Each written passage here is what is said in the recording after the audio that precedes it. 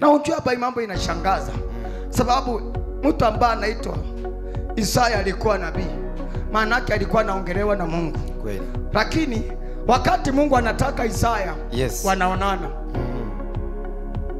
Wakati Mungu anataka Isaya kumwambia kile atakacho sema kwa sababu ya Waisraeli, wanaonana. Kweli. Lakini kwa wakati ambapo Isaya anataka Mungu amuone, angalia vile naoenda. Kama na maandiko inasema ile siku Usia mfalme alipoondoka, mimi nilimuona Mungu. Nakumbuka alikuwa nabii. Kwa hivyo yeye kwa kipindi kile Mungu akimteua bado ako na Mungu. Kweli. Wakati Mungu anakuja kumteua hako na Mungu. Wakati Mungu anakuja kufanya bado ako na Mungu. Wakati Mungu anampatia kanisa bado ako na Mungu. Kwa ile kipindi mpaka alikuwa mzee. Kwa hivyo Mungu kwa kipindi yake walitembea na Mungu. Tatizo lilikuwa wapi? Wakati Isaya alitaka kumuona Mungu. Mungu akitaka kumuona Isaya wako pamoja. Mungu akitaka kumuona Isaya Mungu anakuja. Mungu akitaka kumuona Isaya Mungu anakuja. Lakini Isaya akianza safari ya kumuona Bwana haikuruhusiwa kumuona. Leo ni siku nyingine njema ambayo Bwana Yesu ameitenga kati yangu na wewe ili aje nasi leo akagawane nasi mema na makuu aliyoweza kuwekeza ndani ya siku hii. Kwa hivyo ningeomba ukajitahidi sana ujue kwamba una sehemu yako katika msururo wa Jumatano ya leo mpaka mwisho wake. Na hivyo ningetaka ukaweza kupata kipengele cha neno kile ambao kitakaoweza kukuongoza katika hatua zilio mbele ili nawe ukaweza kufanikiwa katika urahisi katika safari ya imani katika jina la Yesu Kristo. Kwa hivyo leo ni siku ya kipekee kiungu na ambayo sisi wenyewe hatujaweza shiriki katika utayarishaji wake, bali tumeitwa tu ili tufanyike matokeo yake sawa sawa na vile mwenye sisi alivyolenga katika jina la Yesu Kristo. Kwa hivyo jitahidi sana na usikubali kumbatia shetani nafasi yote katika moyo wako ili ukaweze kuyaokoa yale ambayo Mungu aliyotaka yatatimia leo hii katika jina la Yesu Kristo. Sema haleluya. Haleluya. Sema amina. Amen. Leo Mungu atanena nasi kwa njia tofauti na Mungu ataweza kutusaidia kwa maana Mungu ni mwaminifu. Kwa sababu wakati mwingine maswali yanakuwa ni mengi ama wakati mwingine unaona mtu ambaye alianza safari ya imani inaenda inakwama. Ama unaona mtu ambaye alijitolea sana na akawa upande wa Mungu lakini nafika mahali akawa mdhaifu. Kwa sababu ya nini? Nini ambacho kinachofanyika katika ile safari ya imani yake? Ni kwa maana mwanadamu anadumu katika jambo kwa faida ambaye anayeiona bila kupata faida wa lile jambo, bila kufanikiwa katika lile jambo, basi moyo wa kuwa katika lile jambo anakuwa hana uwezo wa kuendelea mara nyingine tena. Lakini ikiwa atazidi kupata uzalishaji katika lile jambo, basi hilo jambo atalifanya usiku na mchana na moyo wake utaifanya katika moyo wa furaha. Lakini akiendelea kupata mikosi basi analifanya kwa siku chache na baadaye lile jambo analiwacha na anaenda kwa sababu ni jambo halina umuhimu wowote. Kwa hivyo jambo lote lisiloleta umaana lina ngumu sana wa kudumishwa na mtu. Jambo lote lisiloleta manufaa, jambo lote lisiozalisha, jambo lote lisio kuinua na kupeleka kongo nyingine, mwanadamu ana tabia ya kuliachilia bila kulijali lina udhamana gani, bila kujali lina uwezo gani, bila kujali kesho yake itakuwa namna gani. Lakini iko kwa sasa halitatui yale ambaye alionayo, na zaidi ya yote halimsaidii kupenya ama kufikia ama kusaidika. Akawa anajitolea katika sehemu zote lakini akawa safari zake ni za hasara, ni za kupata hasara, ni za kupata hasara. Hivyo moyo yule unaondoka na ukawa hauwezi ukafanya lile jambo tena. Kwa hivyo mwanadamu ili kulidumisha jambo ni kulingana na faida ambayo ipata na lile jambo, lakini ikosa faida analiashiria. Sema haleluya. Na ndio umeona kwamba kuna watu wamepata habari ya Mungu, wamekuja kwa Mungu wakasikia kwamba Yesu Kristo anaokoa. Na ni ukweli Yesu anaokoa, ni ukweli Yesu anainua, ni kweli Yesu anavuvua, ni kweli Yesu anatenda mambo ya ajabu, anabadilishia watu maisha. Na kweli tumeshuhudia hivyo yote yametendeka na tumeandikwa kwenye agano la Bwana. Lakini unakuja kupata mtu ambaye alisikia habari, baada ya kuja kwake yeye anakuja napata mambo sio vile, kwa maana kuna kipindi anajipeana lakini ile kipindi anamkosa Mungu. Akimkosa Mungu ndio maana tunarudi tunasema yule mtu alikuwa ameokoka, yule mtu alikuwa na Mungu, lakini baadaye amekuja akaondoka. Ni nini ambacho kinatendeka? Nini ambacho kinaendelea? Nini ambacho kimfanya akaondoka kwenye imani ama akawachana na Mungu? Kwa maana yeye alienda akiwa na lengo atakutana na Kristo, atakutana na Mungu na maisha yake atapona. Lakini akienda akose kuponya, akienda akose ile kazi alitarajia, akienda akose kuona kundi la Mungu likimsaidia kutatua yale aliyoshindwa kuyatatua, yule mtu imani zake zinavivia. Yule mtu mwongozo wa kuambatana na Mungu, wa kumwendea Mungu, wa kumdumisha Mungu, yule moyo unakosekana. Lakini ikipatikana moja atakayesaidika na imani ya Mungu, basi mtu yule atazidi na kukaa na kudumu kwenye uvuli wa Mungu. Lakini anayekosa, basi yule atakosa umaana na baadaye akatoka kwenye nje ya imani. Na hata leo yule unaweza ukashuhudia kwamba fulani alikuwa ameokoka, fulani alikuwa anamtumikia Mungu, fulani alikuwa mchungaji, fulani alikuwa ameokoka kwa kiwango hiyo, fulani alikuwa mwombaji, lakini sasa hayuko tena, amekwisha ondoka. Je, unaweza ukajua ni kwa sababu gani hii inafanya una Mungu lakini Mungu hauonekani kwako? Unaweza ukajua ni sababu gani? Unaweza ukajua ni sababu gani? Ama unaweza ukajua ni nini ambacho kinatendeka. Kwa nini nina Mungu lakini sipati jibu? Kwa nini namtumikia Mungu lakini japo alipo? Kwa nini ninaomba lakini ile jibu ya kupata halipatikani ndani ya maisha yangu? Hilo ni swali ambalo tunatakana kujiuliza. Kwa maana ukikumbuka ya kwamba kila mmoja wetu ana siku anakumbuka niliyompokea Kristo, na kutoka ile siku ndio nilianza safari za imani. Nilifundishwa jambo kisha nikalifuata. Nilifundishwa hili kisha nikalifuata. Nilifundishwa hili kisha nikalifuata. Lakini nimekuja kupata mshangao, hata baada ya kusafiri katika safari ya siku zote zile, yale ambao nashuhudia kutoka kwa Mungu ni machache sana. Lakini wakati mwingi najitoa kwake, lakini yale natoa kwake ni machache sana. Je, tatizo linaweza kuwa wapi? Sema haleluya. Tatizo linaweza kuwa wapi? Ni nini kinachofanya wakati mwingine tumejitoa kwenye ibada? Angalia ni siku ngapi umeenda kanisani. Tumeenda kanisani siku ngapi? Umeomba siku ngapi? Siku ngapi umetoa sadaka? Siku ngapi umetoa fungu la 10? Siku ngapi umetoa michango ili kumtolea Bwana, ukidhania kwamba baada ya hilo kila jambo la kwako litafunguka ama maisha yako yatabadilika? Ulienda kanisani ukijua kwamba nimepata habari kwa hiyo kanisa, nimepata habari kwa huyu mtumishi wa Mungu ya kwamba yeye Mungu anamsikia. Lakini hata hivyo ukahesabu mehesabu, hivi tunavyoongea ni miaka 5, hivi tunavyoongea ni miaka 10, hivi tunaongea ni miezi 5, hivi tunaongea hivi ni mwaka, bado umemwamini Mungu. Lakini mema ulisikia kwanza Yesu anayotenda hayajaweza kupatikana. Kwa nini hatupate majibu yake? Kwa nini hatupate usahihi wake? Ni nini ambacho hichi kinazuilia ikawa natafuta Mungu lakini yapatikane? Ukisoma Biblia inatuambia kwamba yule yote ambaye alimwamini Mungu na akaenda kwake, aliondoka na msaada wake pale pale ama saa zile zile. Hakuna mtu Yesu alimwambia sasa henda utakuja kuponywa. Yeye alimalizana naye hapo hapo. Aliyetaka macho alipewa macho hapo hapo. Aliyetaka kutembea alitembea hapo hapo. Aliyemwomba Mungu kwa njia yote ile na akamwelekea na akafika kwake, aliondoka na msaada. Tukiangalia kwenye Biblia kuna mtu alitenda kitendo cha imani akaondoka bila msaada wake. Hakuwekewa siku za nyuma, hakuambiwa next week itatendeka, hakuwekewa mwaka ujao utatendeka, hakuambiwa wakati mwingine, asingojea kwamba wacha mbegu iendelee kumea. Lakini ya Kristo Yesu Kristo pamoja na watumishi wake, pamoja na makuhani wake, pamoja na manabii wake, wale ambao walitembea pamoja naye, miujiza ilitokea pale pale. Kama ni mtu alikufa, alivuka pale pale. Tunaona mtu anaitwa Elisha, tunaona mtu anaitwa Elia, tunaona mtu anaitwa Paulo, wanajirasa juu ya watu. Wale watu wanaamuka pale pale, hawajawacha wameambia familia familia zao. Huyu mtu atavuvuka, nimeenda nimeomba lakini atavuvuka. Sema haleluya. Nini kinatendeka? Nini kinafanyika? Ikawa sasa sisi tumelazimishwa tuingie kwenye imani ya kwamba jambo litafanyika. Hilo jambo kama nimeomba, sasa wacha niende nikangojea. Sasa niende nikangojea. Tunalazimishwa kukaa kwenye imani.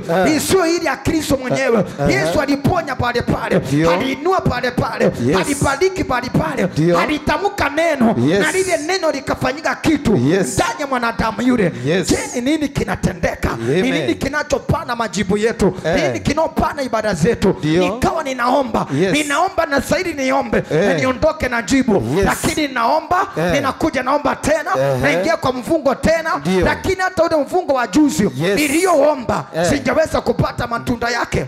Shida iko wapi? Uliza mwenzako aliye karibu nawe, na hata unanitazama, muulize tatizo liko wapi? Tatizo liko wapi? Niliomba jana na hata leo nimerudi kuomba, lakini hata ya jana sijapata majibu. Mfungo wa jana nimerudi tena kufunga leo, lakini hata mfungo wa jana sijaweza kupata faida. Leo nimekuja tena kutoa sadaka, lakini hata sadaka ya jana hata ya juzi sijaweza kupata faida yake. Nini kinatendeka? Nini ambacho kilicho kinanisuilia? Na wengine wanashuhudia, na wengine wanashuhudia, na tunaona tabia Mungu ni aini stanti, ni hapo hapo. Hakuna la kesho, hakuna kesho kutwa, hakuna la mwaka ujayo, hakuna la mwezi ujayo. Yake inatendeka za zile zile. Sema haleluya. Nini kinatendeka? Uliza mwenzako mara tena, nini kinatendeka? Nini kinafanyika? Nini kilionjificha? Nini kinachofanya ibada zako vinakuwa ni kana kwamba ni dunia hazina uzito, hazina nguvu yote ile? Kwa maana chochote kisicho na manufaa ni chochote kisio na uwezo wa kuzalisha, ama chochote kisicho na maana. Sema haleluya. Kumbuka ni siku ngapi umefanya ibada? Siku ngapi umeenda kwenye ibada za ukombozi? Siku ngapi umeenda katika ibada ukitaka msaada? Lakini hata sasa hilo tatizo bado limeukatalia. Je, kwani ni Yesu gani yule aliyeitwa? Ni Mungu gani yule ambao limuomba wakati ule? Na ikawa hata wa leo ya kwamba tatizo lako lina mwaka, lina mwezi, lina wiki, lina bado linaenda kujirudia kwako. Kwani tatizo liko wapi? Na neema ya Bwana inasema ni hapo hapo, ni hapo hapo. Yohana na Petro akamwambia kiwete, wewe amuka utembee, na akatembea hapo hapo. Kwani ya kwetu iko wapi? Ya kwetu iko wapi? Tatizo letu liko wapi? Sema haleluya. Sema haleluya. Na ndipo maandiko inatuambia hivi, akaongea na Hosea, akaongea na Hosea kwenye kitabu ya Hosea 6 mstari wa 4, akasema hivi ya kwamba watu wangu wanapotea, hamu wanaangamia kwa sababu wamekosa fahamu, kwa sababu wamekosa kuelewa, wamekosa kujua. Sema amina. Kwa hivyo tunaona kwamba Mungu mwenyewe anaweza akashuhudia aliyokoka na aliyo upande wake, anaweza akapotea, anaweza akakosa majibu, akaomba na asipate, akamtafuta Mungu na asimuone, atoe sadaka na asifanikiwe, haingie kwa mfungo na asifaulu, haombe chochote, hafanywi ibada za ukombozi lakini asifanikiwe. Kwa maana Mungu mwenyewe anasema ya kwamba nimeona watu yangu wamepotea, kwa maana kuna kitu walichokosa. Ni nini hicho waliokosa? Ni kitu cha kuelewa, ni kitu cha kufahamu, ni kitu cha kujua. Hata kama ninaomba, ninatakana nielewe mambo haya. Hata kama ninatoa, ninatakana nielewe mambo haya. Hata kama niko kanisani na ninaenda kumtafuta Bwana, kuna vitu natakana nivielewe ili nikaweze kupata msaada. Hiyo unatokana na Bwana. Kumbe kuna elimu inahitajika, kumbe kuna ufahamu unahitajika, kuna hekima inahitajika, kuna mambo natakana nielewe ya kwamba vita vyangu, kwamba vita vyangu nilionavyo, kuna ulimwengu unaopigana nayo. Sema haleluya. Sema haleluya. Na ndipo Paulo akasema kwenye kitabu ya Efeso mlango wa 2 nasema hivi ya kwamba vita vyetu si vya mwili na nyama na si vya damu, vita vitu vya kupigana watawala wa rohoni, watawala wa angani. Sema haleluya. Kumbe tatizo letu lili ambalo tunakabiliana nalo si tatizo la kuonekana, si tatizo la mtu anayeonekana, kuonekana, aliye na mwili na aliye na nyama. Matatizo yetu kumbe, ikiwa tutakosa lolote lile, kumbe tuna watawala, tuna wafalme waliokaa kwenye nchi ya roho, na ambao wanasema hata ufanye chochote kile kwenye nchi hii hautaweza kufanikiwa. Na ndipo Paulo anatuambia nimejua kwa nini ya kwamba nimejua vita vyetu ni gani. Nimejua vita vyetu ni gani. Vita vyetu ni za falme, si mfalme wa nchi, si mfalme wa dunia, bali mfalme na tawala za ulimwengu wa roho. Kumbe sasa kwenye ulimwengu usionekana, kwenye ulimwengu usionekana, kumbe kuna kundi linatawala. Na ndio naona ya kwamba saa hii hakuna mtu yote anakufuata. Saa hii hakuna mtu yote anakufuata. Hakuna mtu yote anashughulika na wewe. Lakini ukisinzia kidogo utaona vitu vya kitofauti na vile ulivyo sasa. Ndio. Utaona vitu vya kitofauti. Imagine sasa uko sawa na uko salama mpaka umelala kwa nyumba yako, lakini ukisinzia kidogo unaanza kuona mashambulizi, vitu vya kiajabu, yale vitu ambao vilio nje na vile ulivyo sahihi. Sema haleluya. Kumbe sasa maisha yetu yamo vitani. Maisha yetu yamo vitani. Maisha yetu kuna makundi yanashughulikia. Na ile makundi yanashughulikana na sisi ni makundi yasiyo na uwezo wa kuonekana. Na ndio unaona ya kwamba bila kujua mimi ya kwamba kuna jeshi lingine linaloshughulika na mimi na inapigana na mimi, itaona ya kwamba nitatembea kwenye safari ya imani na baadaye nione kana kwamba nilidanganywa. Yesu Kristo anaponya, anatakaza, anainua, anafariji, anatengeneza njia na anaponya watu wengi. Nitaona kana kwamba iwezekane, kana kwamba nilidanganywa. Lakini bila kujua kwamba kuna falme na kuna tawala na ambavyo vimekamata vinadai ya kwamba mimi siwezi nikafanikiwa, mimi siwezi nikafaulu. Yani ninafanya ibada zote, lakini tawala na falme zinadai ya kwamba siwezi nikafanikiwa. Sema haleluya. Sema haleluya. Nisome kitabu ya Exodus, Kutoka mlango ni wa 2 mstari wa 23 wa 24. Biblia inasema nini? Kitabu cha Kutoka 2:23, baada ya muda mrefu mfalme wa Misri akafa. Waisraeli wakalia kwa huzuni katika utumwa wao. Walilia na kilio chao cha kutaka msaada kwa ajili ya utumwa kikamfikia Mungu. 24, Mungu akasikia kilio chao cha huzuni, akakumbuka agano alilofanya na Abrahamu. Rudia tena mstari 23. 23 inasema. Sikiliza vizuri hapa. Ndio. Baada ya muda mrefu, mfalme wa Misri. Kwa hivyo haikuwa siku 2. Ndio. Wala haikuwa siku 3. Wala haikuwa siku 4. Kweli. Wala haikuwa mwaka moja. Haikuwa mwaka moja. Ndio. Maandiko inasema baada ya muda mrefu. Na hata muda hujaandikwa pale. Lakini ikirudi kwenye Biblia inaniambia hivi ya kwamba Mungu alikuwa ameagana na wana wa Israeli ya kwamba baada ya miaka 40, baada ya miaka 400 atarudi katika nchi yao. Atarudi katika nchi ya Misri na ataokoa Waisraeli na watoe katika ile nchi. Sawa. Kwa hivyo nchi ama ile Mungu angekaa katika nchi ya Misri kwa kipindi Mungu aliyotenga ilikuwa ni miaka 400. Lakini hapa ambapo tunasoma tayari juu ya miaka 400 kuna miaka 30 juu. Tayari kuna miaka 30 juu. Kwa hivyo kwa kipindi kirefu ambao tunakisoma ni muda wa miaka 30. Na mbando walikuwa na Mungu, na mbando walikuwa na agano na Mungu. Na kwa ile muda wa miaka 30 walikuwa na muomba Bwana, walikuwa na mulilia Mungu, walikuwa nafuata kanuni zote za ibada, walikuwa nafuata kanuni zote na ambazo zimeruhusiwa kwa mtu yote ambayo amempenda Kristo. Kwa hivyo kwa kipindi ya miaka 30 walikaa na Bwana, wakimtafuta, wakimulilia, wakilisifu jina lake, wakifuata tabia Mkristo jinsi anavyotakana kufanya. Sema haleluya. Alafu sasa mstari wa 23 inasema nini? Baada ya muda mrefu mfalme wa Misri akafa. Baada ya miaka hiyo 30 ambayo ilikuwa imeongezeka, ilikuwa imeongezeka kati ile miaka 400. Baada ya miaka hiyo mfalme wa Misri akafa. Endelea.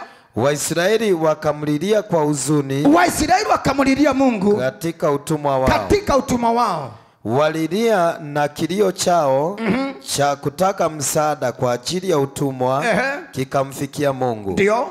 Mungu akasikia kilio chao cha huzuni, akakumbuka agano alilofanya na Abrahamu pamoja na Isaki na Yakobo. Soma Isaya 6:1. Nisome. Isaya 6:1. Isaya 6:1. Inasema nini?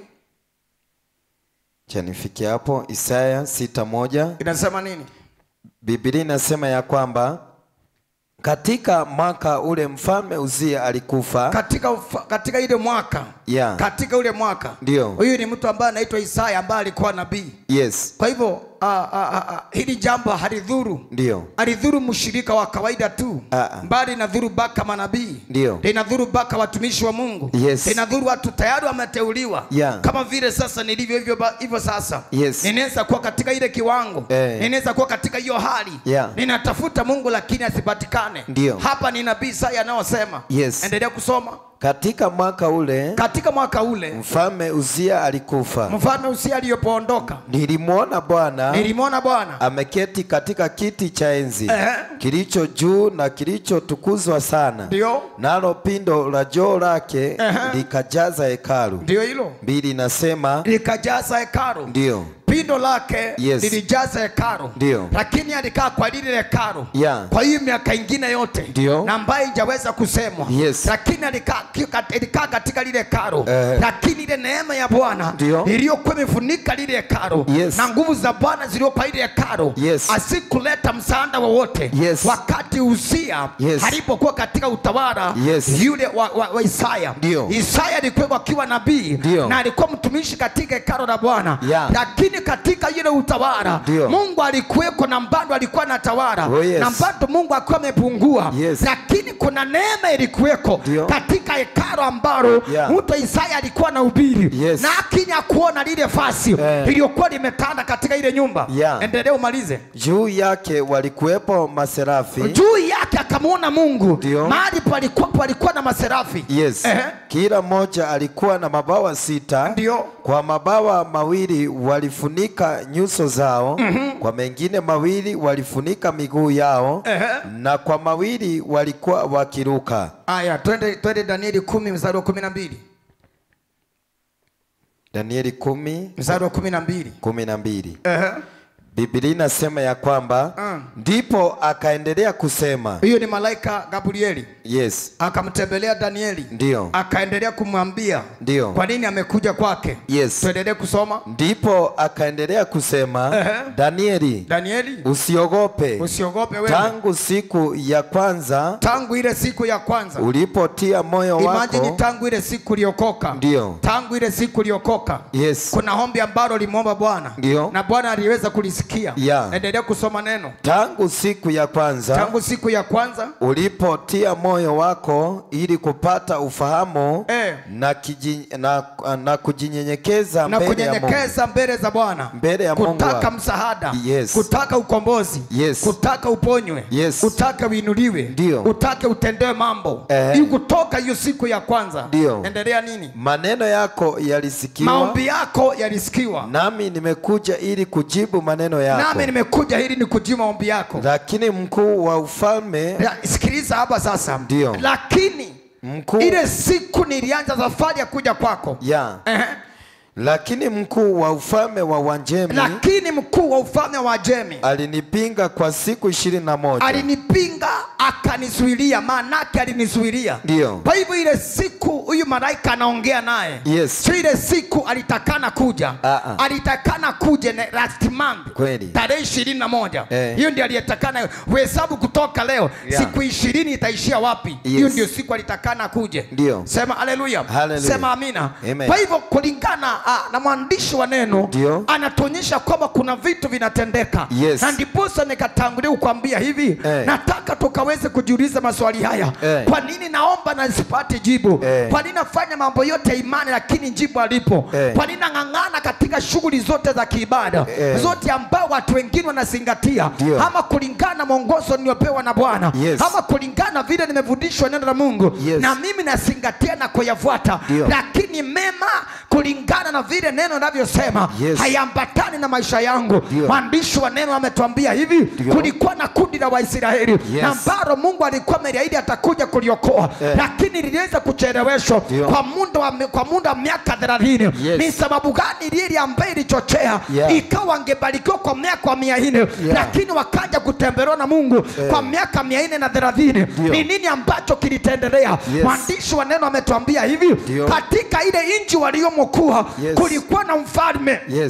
Katika ile nchi walimokuwa kulikuwa na mfalme aliyeitwa Farao. Na maandiko inatuambia kwa kipindi ile Farao aliyokuwa na uhai, ile kipindi Farao alizidi kuwa na uhai katika nchi ya Misri, hakuna mtu yote alimwomba Mungu maombi yake ikasikizwa. Kwa maana maandishi wa neno mstari wa 22 mstari wa 23 ile Kutoka mlango wa 2 inasema hivi, ile siku Farao halikuwa mfalme wa Misri, ni siku maombi ya watu iliweza kusikizwa. Ni siku Waisraeli waliomba na maombi yao yakaweza kusikilizwa. Kwa hivyo tafsiri haraka inatuambia hivi, kwa kipindi Farao alikuwa anabumua katika ile nchi, alikuwa amefanya vituko vyake, alikuwa amefanya ibada zake, ya kwamba kuna mtu mmoja angepaza sauti yake ikamfikia Bwana. Ni kweli.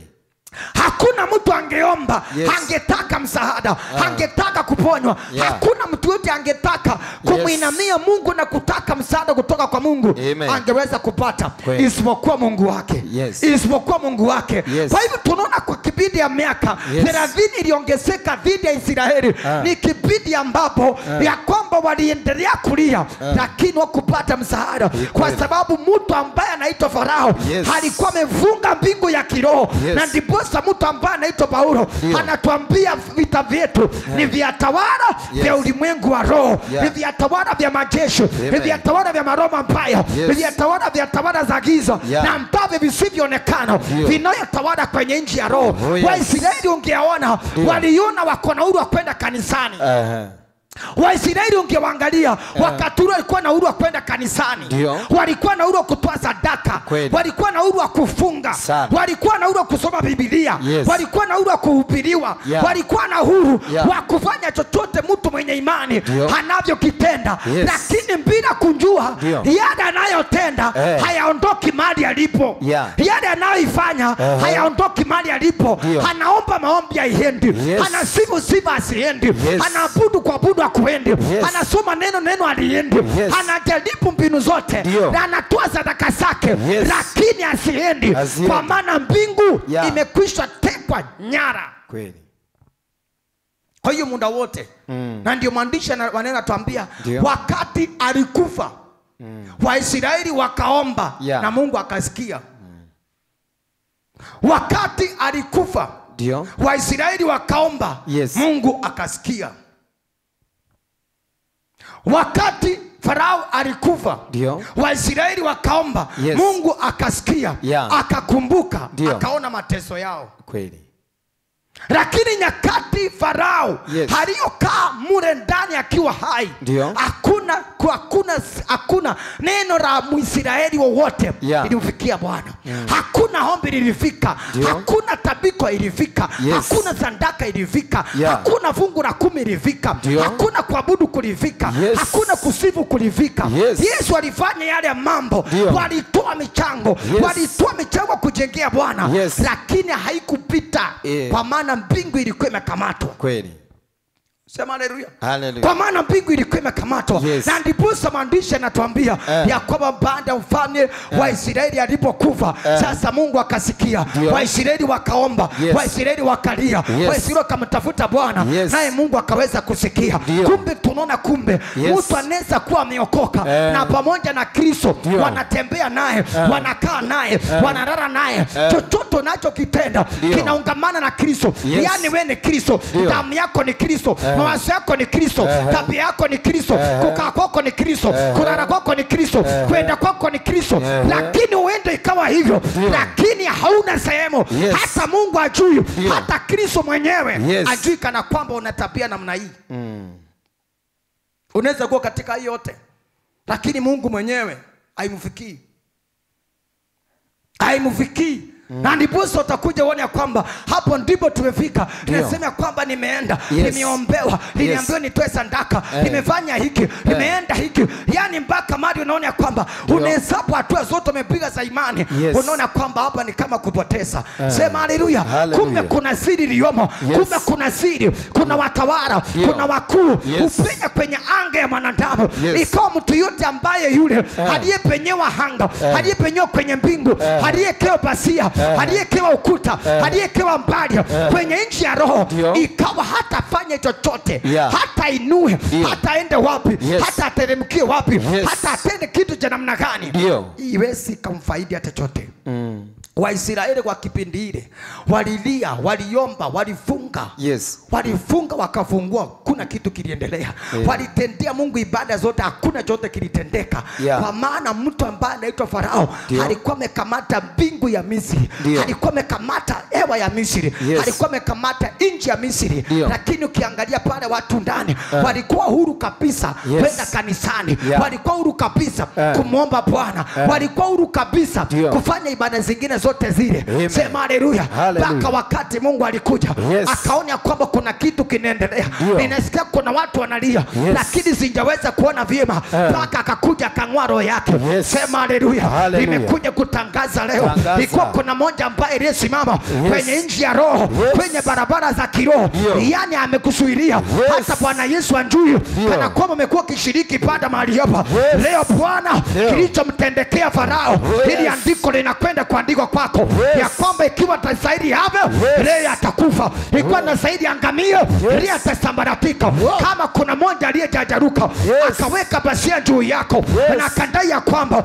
kwa ibada zote utakayoifanya, kwa imani ambayo ulijichukulia ukasema utaokoka, na ili kwa familia kwako, kwa familia yenu hakuna wokovu, wakasema enda kanisani, hatutakukataza, hatutakupinga, wenda kanisani, lakini wakasema hautaifandika na Kristo. Nimekuja kutangaza siku kufaidika na Kristo. Utamwona Jehova leo. Kama kuna mtu ataisaidi hapa leo atakufa. Kama kuna moja ataisaidi angolewa, Bwana afanywe kitendo kile Farao aliyotendewa, atatendewa leo. Lakini nje utumwa hatutaendelea kuishi kwa jina la Yesu Kristo. Utaomba maombi na maombi yatasikizwa na utaondoka na msaada kwa siku ya leo. Chochote utakacho kitenda baada ya leo, ukimwomba Bwana unaondoka na msaada. Ukisema amen, ukisema amen, ukimaliza hivyo kile ulichokiomba unaondoka nayo. Ukimaliza kutoa sadaka kile tu unamaliza unapata msaada wako. Hiyo ndio neema Bwana amenituma kwako. Nitangaze leo, imetosha na imetosha. Enough is enough. Uteka wa kiroho, watawala wa roho, jeshi la kiroho, wakuu watawala waliodai hata uombe maombi yako hayataenda. Utoe sadaka, sadaka iende. Utoe fungu la 10, fungu aliende. Umuombe Bwana, ukuomba kuende. Hata ufunge kuomba kwako kuende. Leo itaenda, leo itaenda. Ile siku ya Israeli walimulilia Bwana, Bwana akasikia maombi. Nasema leo utasikizwa kwa jina la Yesu. Jina la Yesu. Maandiko yameniambia kuna mtu aliitwa nabii akiwa amebeba upako. Hapa nashangaa sana, ninashangazwa na hili. Amebeba upako, upako wa kinabii. Hata si upako wa pasta, hata si upako wa mwalimu. Amebeba upako wa kinabii. Mungu anaongea na yeye. Sema haleluya. Mungu anaongea na yeye. Mungu anazungumza na yeye. Lakini bado ni fukara wa mwisho. Ni kweli. Sema haleluya. Haleluya. Na unajua hapa mambo inashangaza. Sababu mtu ambaye anaitwa Isaya alikuwa nabii. Maana yake alikuwa anaongelewa na Mungu. Kweli. Lakini wakati Mungu anataka Isaya wanaonana. Wakati Mungu anataka Isaya kumwambia kile atakacho sema kwa sababu ya Waisraeli, wanaonana. Kweli. Lakini kwa wakati ambapo Isaya anataka Mungu amuone, angalia vile naoenda.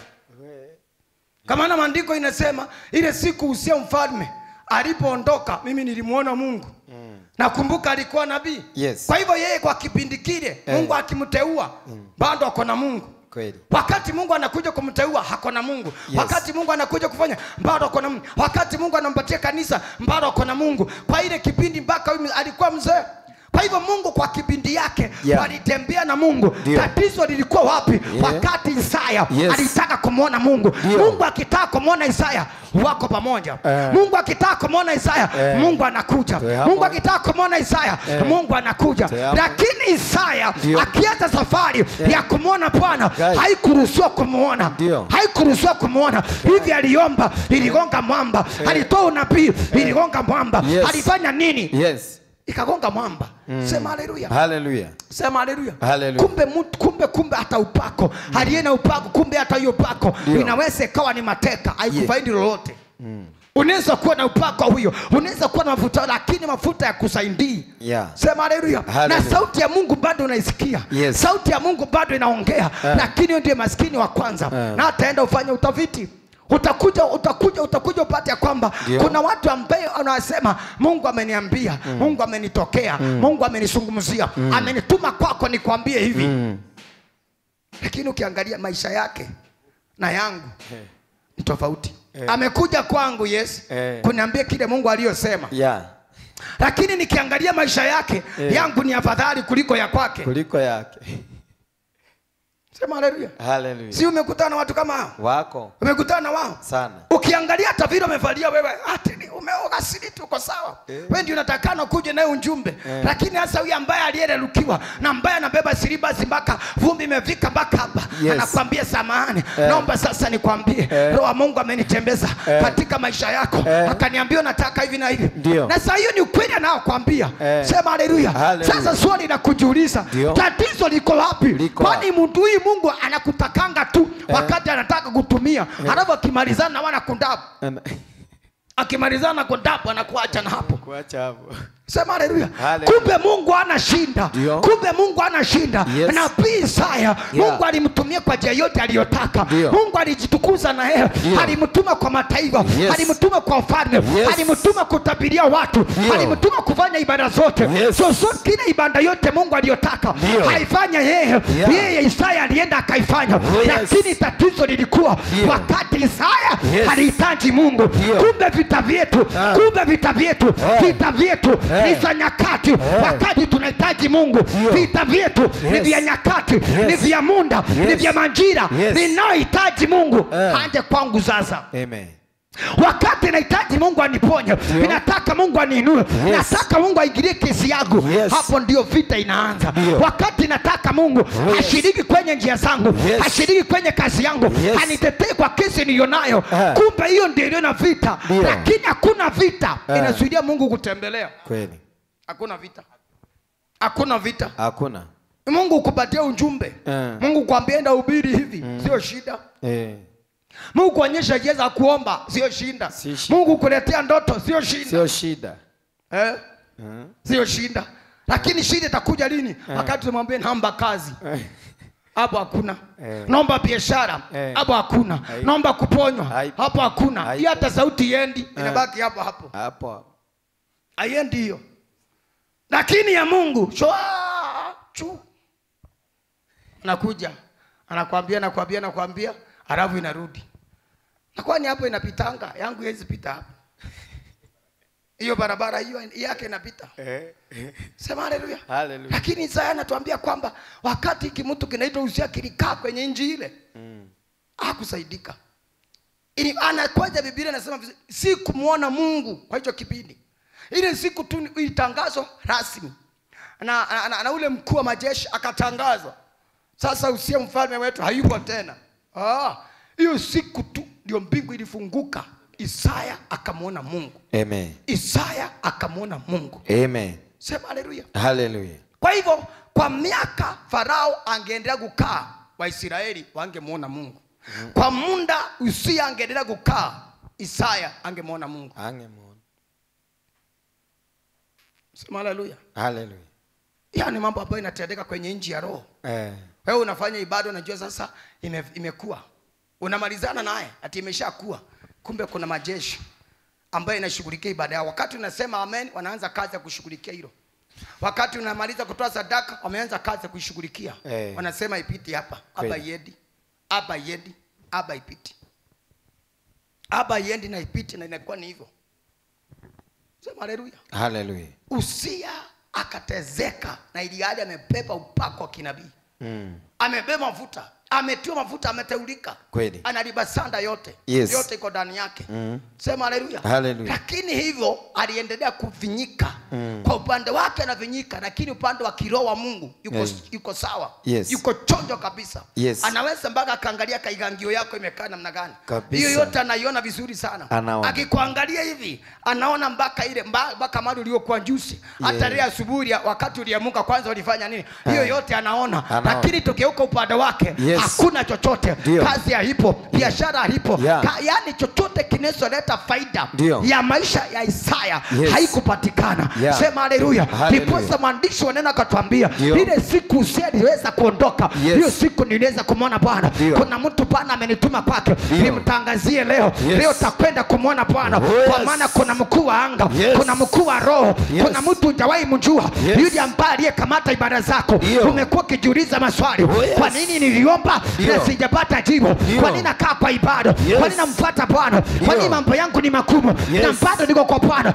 Kuna aliyekamata nchi yako, kuna aliyekamata upenyo wako. Lakini siku ya leo, kwa neema ya mwana kondoo aliyenishuhudia leo, kuna moto wa Bwana na kundi la malaika liko kwenye msako wa roho, na njia zako zinaziwa. Ikiwa imeandikwa Waisraeli walimuona Bwana, utamuona Bwana. Ikiwa imeandikwa Isaya alimuona Bwana, utaondoka leo. Ukiwa umemuona Bwana, utamuona Bwana. Kwa hiyo kazi yako, kwa hiyo nyumba yako, popote unahitaji au hujanisikia, kwa hiyo huduma yako, lazima utamuona Bwana. Utamuona Bwana. Sijui ni wapi hapo unahitaji kumuona Mungu na hujamuona. Kwa hiyo muda wa miaka yote, ni miaka ngapi umekaa kwenye ibada za wokovu? Si wakati wa kurudi nyuma, si wakati wa kuacha imani. Ni wakati wa kumuona Bwana, wa kumuona Bwana, wa kumuona Bwana. Kile kinanifurahisha, hata kama aliendelea kwa hii muda yote kukaa bila kumuona Mungu wa Israeli, hawakusema tutamwacha Bwana. Hata kama Isaya aliendelea kukosa kumuona Bwana, hakusema nitamalizana na Bwana. Yeye aliendelea. Alijua kuna siku itakuja, kuna siku itakuja. Aliendelea kutoa sadaka, alienda kujipeana, aliendelea kutoa unabii, aliendelea kufunga na kuomba, aliendelea kumsifu Bwana, akijua kuna siku itakayofika. Nayo siku ya Bwana, siku ya kiyama imefika ni leo. Siku ya kiyama imefika ni leo. Siku ya kiyama imefika ni leo. Aliyesimama, aliyetamba, anayengojea ibada ya maombi ashike mateka, anayengojea ibada ya sadaka ashike mateka, anayengojea ibada ya unabii ashike mateka, anayengojea ibada yako ya neno ashike mateka. Siku ya leo kuna kombora, kuna moto, kuna neema, kuna jeshi la Bwana ambalo halitaruhusu. Ikiwa Uzia alianguka chini, ikiwa Farao alianguka chini, siku ya leo wanaenda chini, wanaenda chini. Waliochochea uharibifu, mahangaiko na madhara kwenye nchi yako wanaenda chini kwa jina la Yesu, wanaenda chini.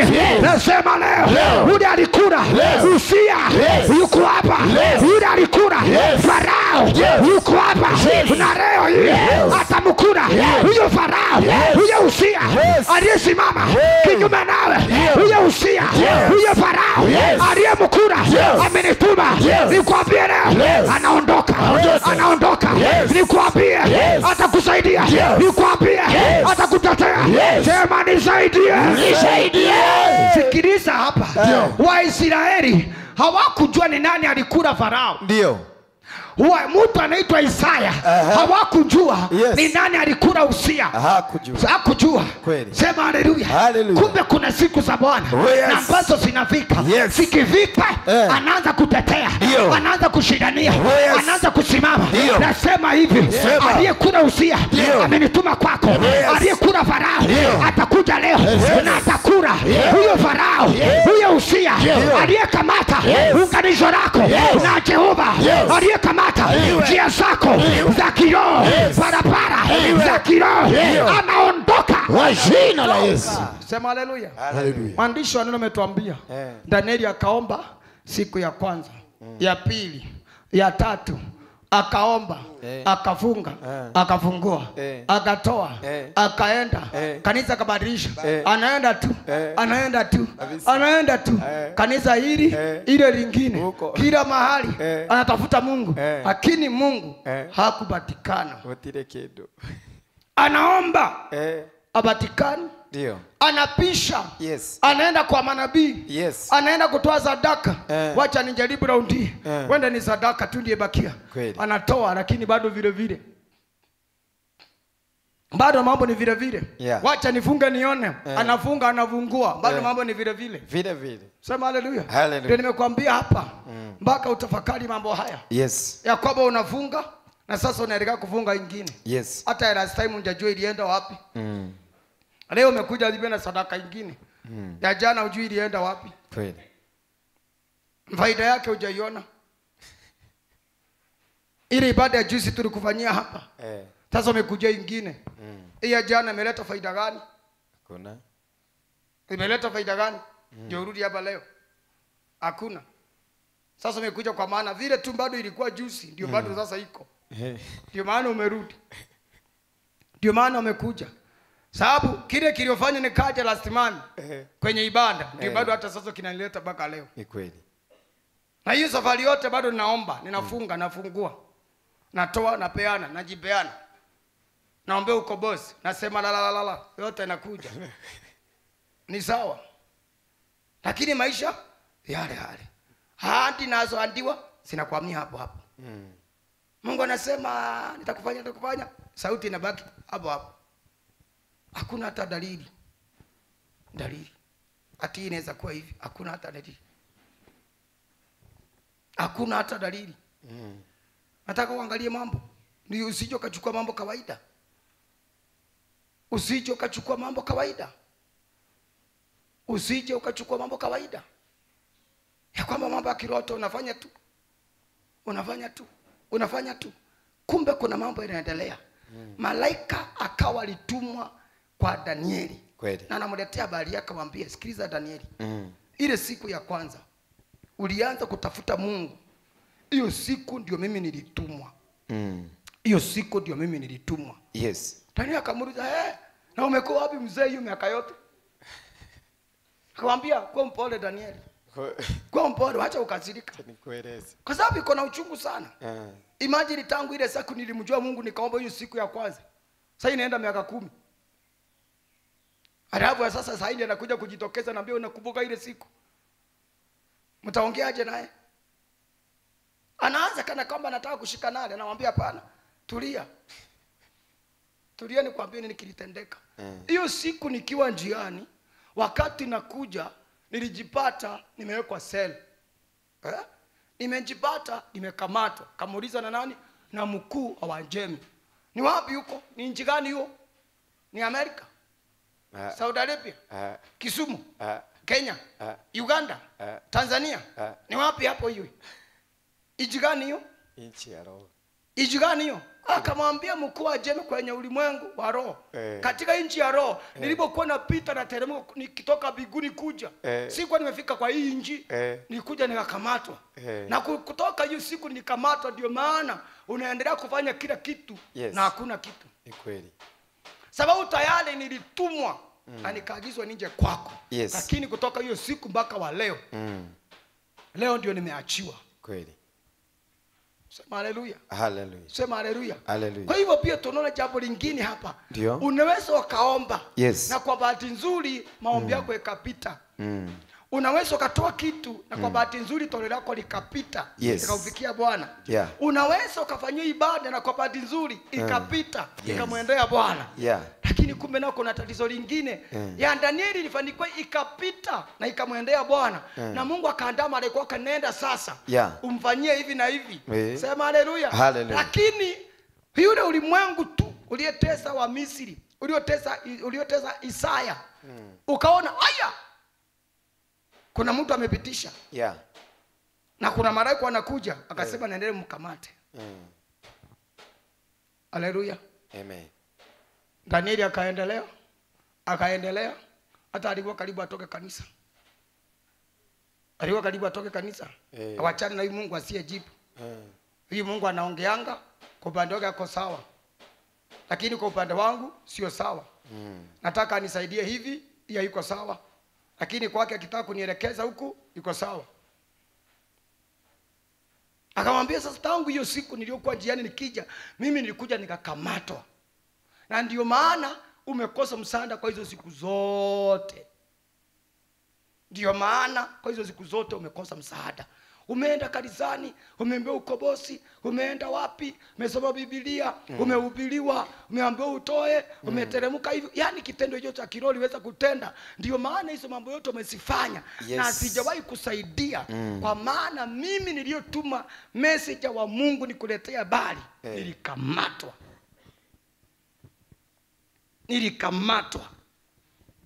Nilikamatwa. Kumbe sasa tunaona kwamba mtu anaweza tuwe malaika na malaika wako akamatwa. Maisha yako yakakamatwa. Ikawa Yesu umepitisha maombi. Umetafanya ile kitu umefanya. Imani yako imekupitisha mpaka kwa Mungu. Lakini ikawa tena utajuta kama Waisraeli, utajuta kama Isaya.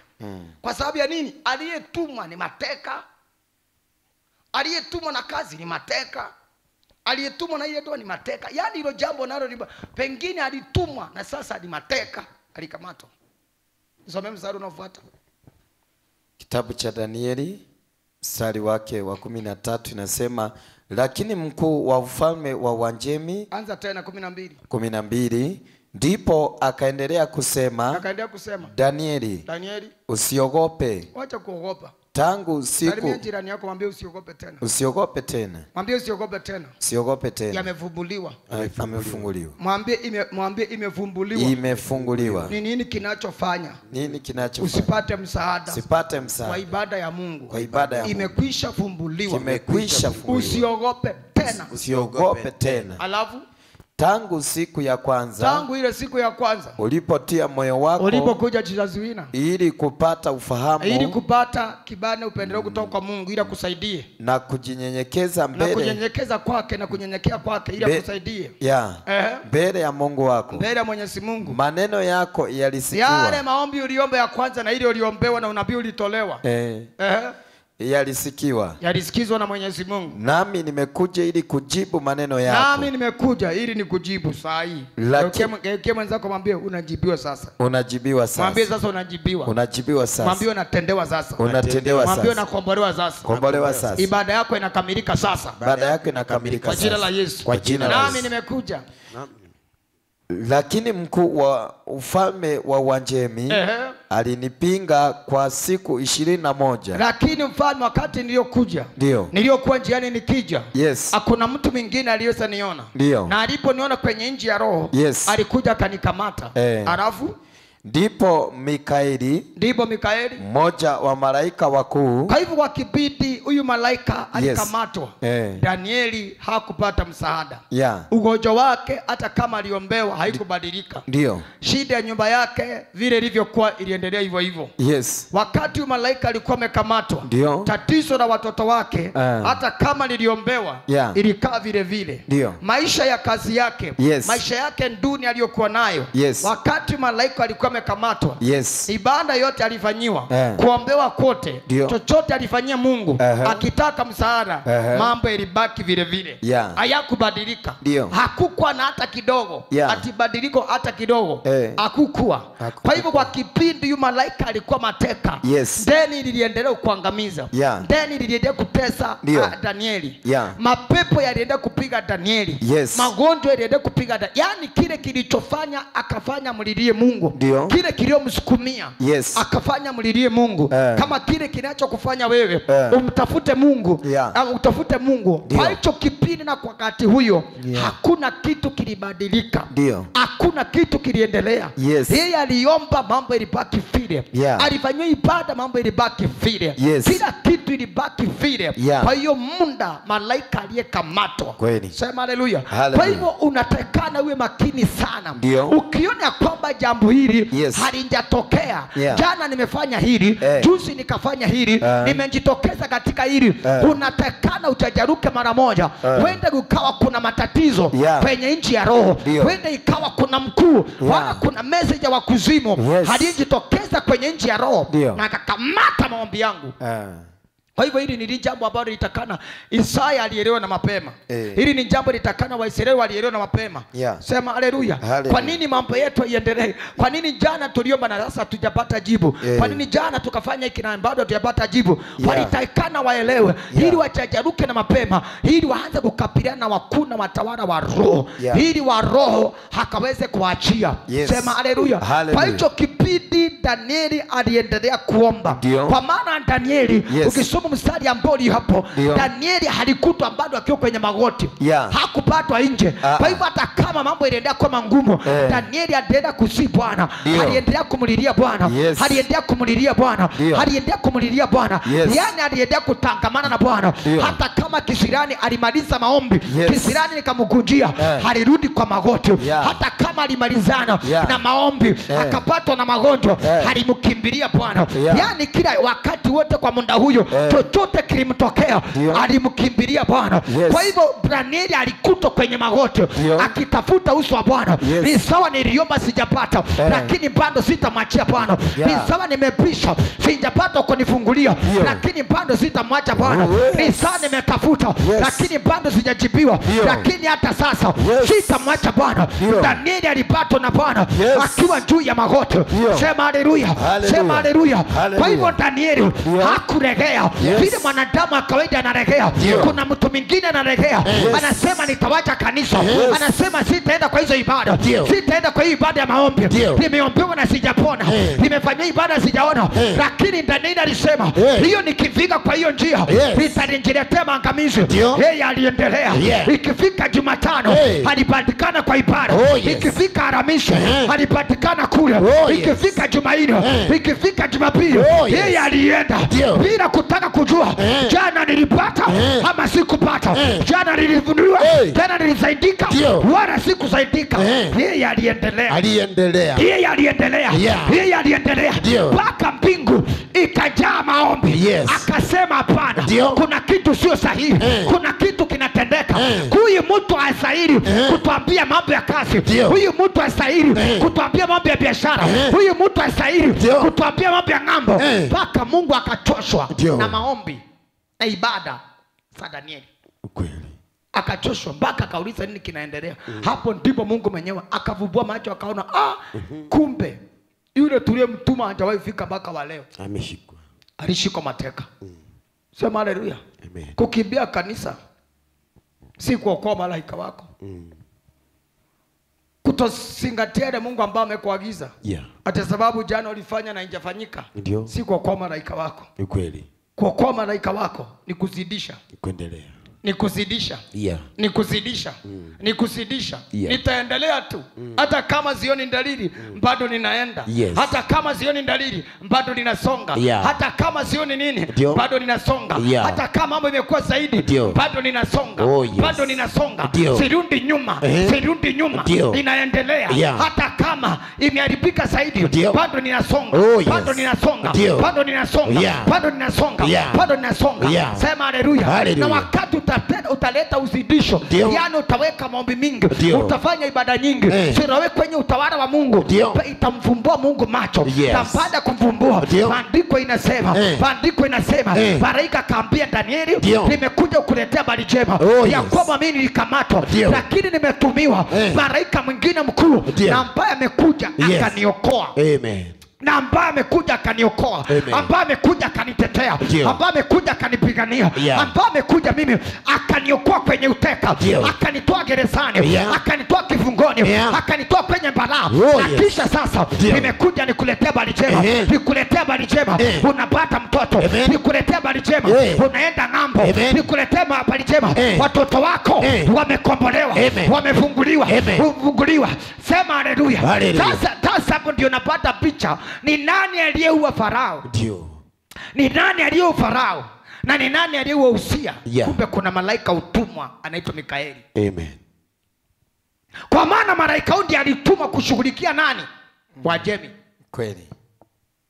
Malaika huyu Wajemi ndiye alikuwa amefunika Danieli asije akafanikiwa. Kumbe malaika huyu ndiye alitumwa kwa Usia, akang'oa vigo yake. Usia akaondoka, akang'oa kimacho ya Farao. Farao naye akatoweka. Na ikaandikwa Farao akaba, Waisraeli akamwona Bwana. Usia akaba, Isaya akamwona Bwana. Sema haleluya.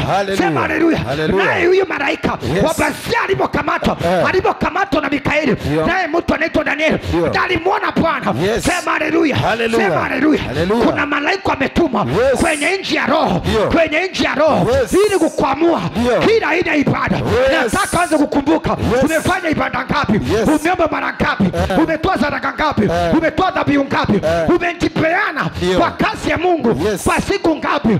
Siku ya leo kuna malaika ametumwa kukwamua ibada zako, kukwamua maisha yako. Hizo ibada uliyofanyiwa na zinjaleta faida, zinjaleta chochote.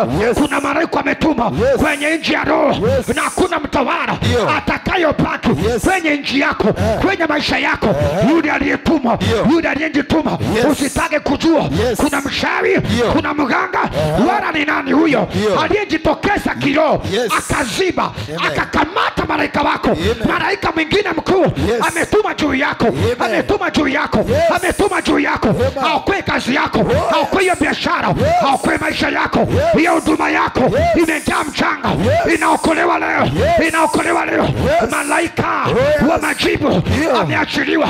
Kuna malaika ametuma leo kushughulikia Usia, kushughulikia Farao, kushughulikia anaitwa Wajemi aliyekaa kwenye nchi ya roho, kwenye barabara, ukua rohoni, jeshi la rohoni, maroma paya, utawala wa kiroho, aliyeziba njia za maombi, aliyeziba njia za maombi, aliyeziba njia za ibada, aliyeziba njia ya neema ya uponyaji, aliyeziba njia ya kuinua, aliyeziba njia ya unabii, aliyeziba njia ya kuinua.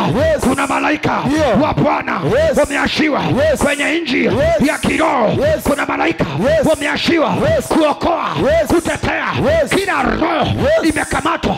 Kuna mama ni mateka, kuna kijana ni mateka, kuna ibada ni mateka. Inaachiwa, inaachiwa, inaachiwa, inaachiwa, inaachiwa, inaachiwa, inaachiwa, inaachiwa. Malaika, malaika, malaika, malaika ulionana na Farao na Usia na Basia, tenda kazi, tenda kazi, tenda kazi. Hiyo ameachiwa, ameachiwa, ameachiwa, ameachiwa, ameachiwa. Hiyo mbingu uliyeomba biashara inaachiwa. Hiyo mbingu ya kazi inaachiwa. Hiyo mbingu ya kifedha inaachiwa. Hiyo mbingu biashara inaachiwa. Hiyo mbingu ya unabii inaachiwa. Hiyo mbingu ya mapato inasema inaachiwa. Malaika mtetezi ameachiwa kwa anga yako leo ibada zako, nasema leo ibada zako zinakuamuliwa. Kila ibada iliwahi kwama, kila sadaka iliwahi kwama, kila dhabihu iliwahi kwama, inakuamuliwa, inakuamuliwa, inakuamuliwa, inakuamuliwa, inakuamuliwa. Nasema inakuamuliwa. Maombi yako kwa watoto inakuamuliwa. Maombi yako ya kifedha, ya kifedha, ya ng'ambo, ya afya, ya vitu iliyokwama inakuamuliwa. Majibu iliyokamatwa inakuamuliwa. Jehova Shama, Jehova Rafa, ikuamuke, ikuamuke, ikuamuke. Nasema ikuamuliwe, ikuamuliwe, ikuamuliwe kwa jina la Yesu, jina la Yesu. Inakuamuka. Wewe utanisikia nasema maombi uliomba na utapata majibu. Inakuamuka sasa, inakuamuliwa leo. Wewe utanisikia ila unabii uliotabiriwa ikakwama, inakuamuka leo, inakuamuka leo, inakuamuka leo.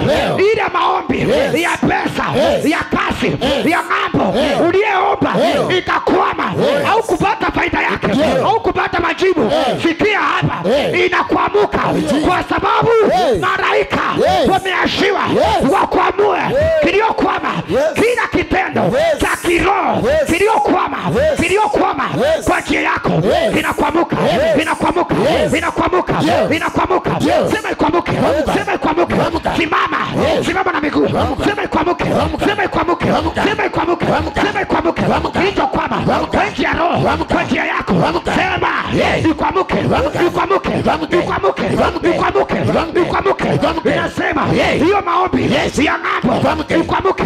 Hiyo maombi unaombea mtoto, unaombea mtoto, ikwamuke. Hiyo maombi unaombea ahadi za Bwana, ikwamuke. Hiyo maombi ya uponyaji, ikwamuke. Hiyo ibada ulifanya na Mungu, ikwamuke. Malaika, malaika, malaika, malaika, malaika walionana na Farao, walionana na Hosea. Where are you? Malaika walionana na Hosea na Farao na Wajemi. Where are you?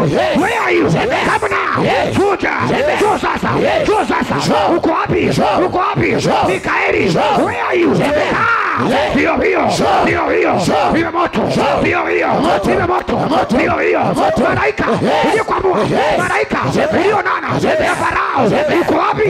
Malaika ulionana na Hosea, uko wapi? Malaika ulionana na Wajemi. Wewe uko wapi? Uko wapi? Mikaeli, where are you? Mikaeli, where are you? Where are you? Where are you? Hiyo jo nitawio akwamue yako, akwamue njia zako, akwamue ibada za kioo.